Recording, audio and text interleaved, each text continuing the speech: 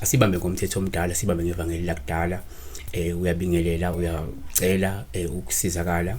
Inamba isenze kuphela uma ngomunye wabalandela le channel. Uma ungayena olandela le channel, inamba iyeke. Igama kuPastor Uningi, usiko oludala lokuchaza amaphupho. Sibekela uphele wakangobese uthi mawuphupha imoto ishayisa kusho ukuthini. So umthetho omdala vele lo ufuna ukuthi ngathi bungabingelela, engathi bungacela, yabona. Ngoba amanye amavili sizowayeka nje. When you enter just like this, njengalo bengenile sikuyekele singakubheki because umuntu onengqondo nenhliziyo embi, yabo. Number 1, ngokujwayelekile uma uphupha la imoto kuwuphawu sithanda njengolubi uma ishayisa, ngoba lokho kungasho ukuthi kumele ukhuleke ngamandla ngoba usengcupheni yokuthi mhlobo ungabhekana nomonakalo uma ungaqaphile.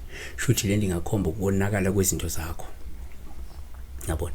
2, ake sithi ke futhi la uma uphupha imoto still uphawu lobu uma ishayisa lungabe lichazela ukuthi izinhlelo kanye nezifiso zakho zizofekela ngenxa yezigadlo, ubudedengu noma ke ukwehluleka ukusukuma ulawule isimo esuke sikhaqile noma usikubhekene naso, yabona.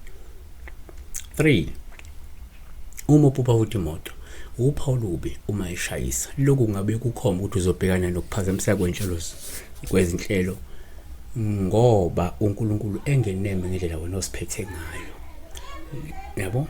Kodwa ke for ngokwesintu omunye ngathi uma uphupha imoto uphawu lubi uma ishayisa lungakhomba ukuthi impilo ingase iphazamiseke kakhulu ke ngenxa yolaka lesidalo sakho. Okay, number 5, usiko oludala singathi sina ke uma uphupha imoto uphawu lubi uma ishayisa, lokhu kungabe kukhomba ukuthi kunomuntu oseduze nawe ozoba nokuphazamiseka kwempilo, impumelelo noma inqubekela phambili uma kungukuthi le moto awuyazi le moto eshayisile, ngoba kungenzeka ubone nje imoto ishayisa lapha yana, ngaba uwe noma kube ngomunye umuntu.